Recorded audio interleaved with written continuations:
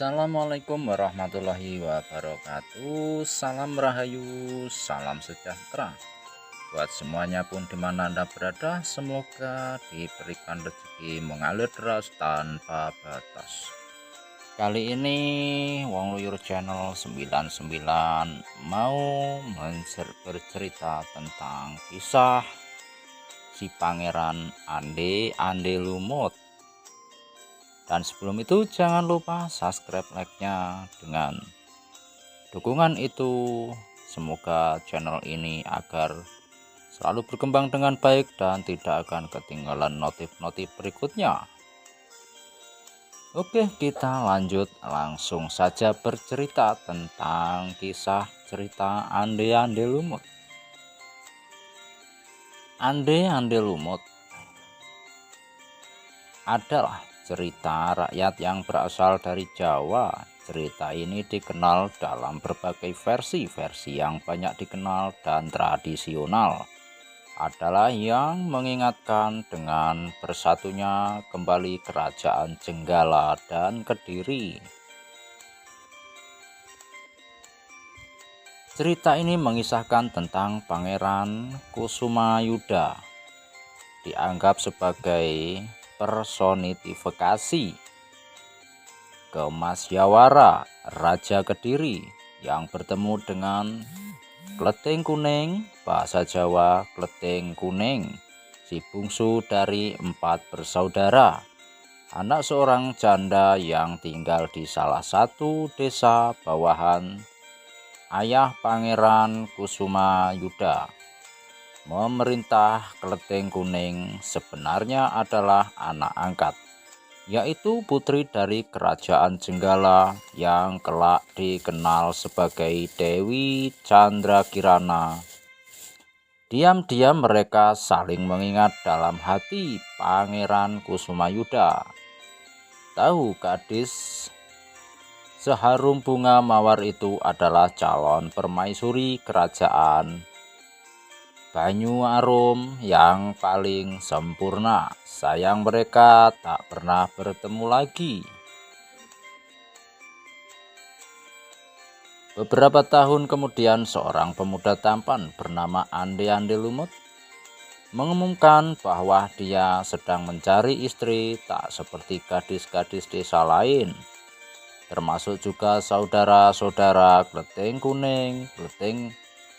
Kuning enggan pergi sebab dia masih mengingat Pangeran Kusumayuda. Namun berangkat nasihat dari bangau ajaib penolongnya, maka akhirnya Kleting Kuning pun turut serta.